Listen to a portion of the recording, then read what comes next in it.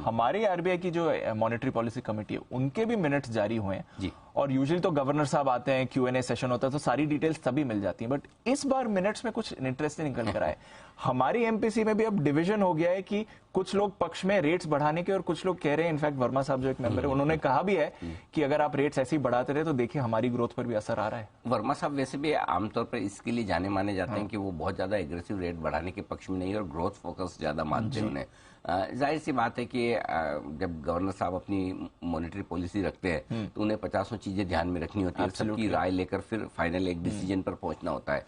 लेकिन हाँ, हमारी जो आरबीआई की मॉनेटरी पॉलिसी की मीटिंग हुई थी उसके जो मिनट्स आए उसमें अब ये कहीं न कहीं बात आने लगी है कि भाई ग्रोथ पर भी आपको फोकस करना पड़ेगा। और उसकी वजह ये थी कि 6.5% के आसपास महंगाई है और हमारी ब्याज दरें भी रेपो रेट पर 6.5% पहुंच गई, तो हम बराबर पर चल रहे हैं। हाँ। आप सोचो दुनिया में हाईएस्ट ग्रोथ और उसके बावजूद भी हमारे इंटरेस्ट रेट्स में वो फर्क नहीं जो अमेरिका में है। राइट, 4.5% की वहां ब्याज दरें हैं और महंगाई अभी भी आप देखिए अमेरिका की महंगाई भी 6.5% के आसपास है, तो उन्हें अभी भी 1.5% का फासला तय करना है। या तो भाई ब्याज दरें आप बढ़ा लो या महंगाई को नीचे ले आओ।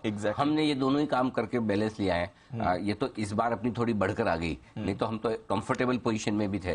सो आई थिंक कहीं न कहीं अब आरबीआई में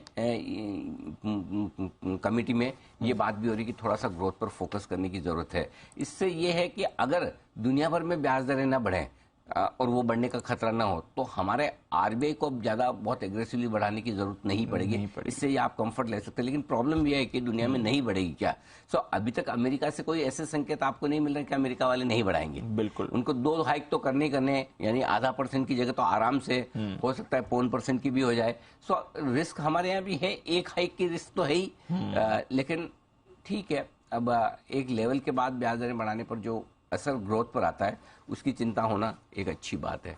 सो हमारे भी जो आए हैं मिनट्स थोड़े से इस लिहाज से इंटरेस्टिंग है कि चलिए ग्रोथ को लेकर बातचीत हो रही है। बात तो हो रही है और कल हमने जो हाईलाइट भी किया था वो बॉन्ड यील्ड भी हमारी 30 साल वाली बॉन्ड यील्ड और 10 साल वाली बॉन्ड यील्ड लगभग बराबर हो चुकी है, जो आमतौर पर आपको देखने को नहीं मिलता। तो चलिए थोड़ा ये रेट्स पर रखें नजर, क्योंकि कल की गिरावट में अनिल जी यही कहा जा रहा है कि बढ़ते रेट्स का एक डर बाजार में वापस आया।